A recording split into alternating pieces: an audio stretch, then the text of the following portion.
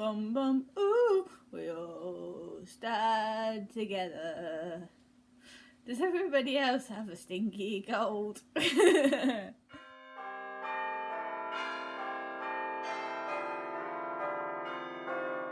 Oh dear. Oh well, do yourself a favour. If you ever have double pneumonia, don't then get a cold at any point afterwards. My lungs are screwed.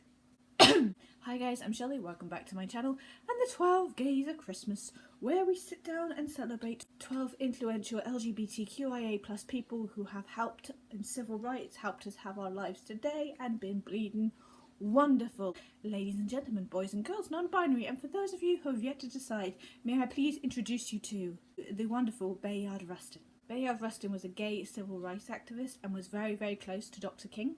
Born in 1912 and raised in Pennsylvania, in 1936 he moved to Harlem and earned his living as a nightclub and stage singer. I'm not really sure what happened next, as there is a massive chunk of his history missing, but in the next couple of years he met and became friends with Martin Luther King, and he became a key organiser of the 1963 March to Washington for Civil Rights.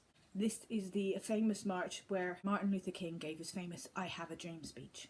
In February 1956, when Rustin arrived in Montgomery to assist with the bus boycott, Martin Luther King was yet to embrace non-violence, having both guns in his house still and armed guards. It was Rustin who persuaded him to adopt complete non-violence, teaching him Gandhi's ways. But the reason we don't know so much about Bayard Rustin is, though despite his achievements he was silenced, threatened, arrested, beaten, imprisoned, and then fired from important leadership positions within the civil rights movement because he was openly gay in a fiercely religious and homophobic era. In 1948 he served time in prison for refusing to go to war. His prison records describe him as an admitted homosexual. And this is one of the reasons why Rustin hasn't had the same recognition as others in the civil rights movement. Walter Regal, who's Rustin's partner for the last decade, said about him that he was someone who was working hard to expand our democratic freedom, increase civil liberties,